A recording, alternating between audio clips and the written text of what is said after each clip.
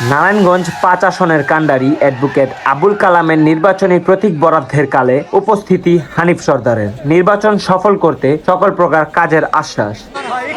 নারায়ণগঞ্জ ৫ আসনের বিএনপির মনোনীত প্রার্থী অ্যাডভোকেট আবুল কালামের নির্বাচনী প্রতীক বরাদ্দের সময় নারায়ণগঞ্জের জেলা প্রশাসকের কার্যালয়ে এসে নিজের উপস্থিতির জানান দিলেন বিএনপির নেতা এবং Narayanganj chamber of commerce and ইন্ডাস্ট্রিজের পরিচালক ও খায়রে নিটিংয়ের চেয়ারম্যান এবং আমলাপাড়া কেবি শাহ বালেন পঞ্চায়েত কমিটির সাধারণ সম্পাদক হানিফ সরদার। এবং নির্বাচন সফল করার জন্য সকল প্রকার কাজের আশ্বাসের জানান দিলেন হানিফ সরদার ও বিএনপির নেতাকর্মীরা।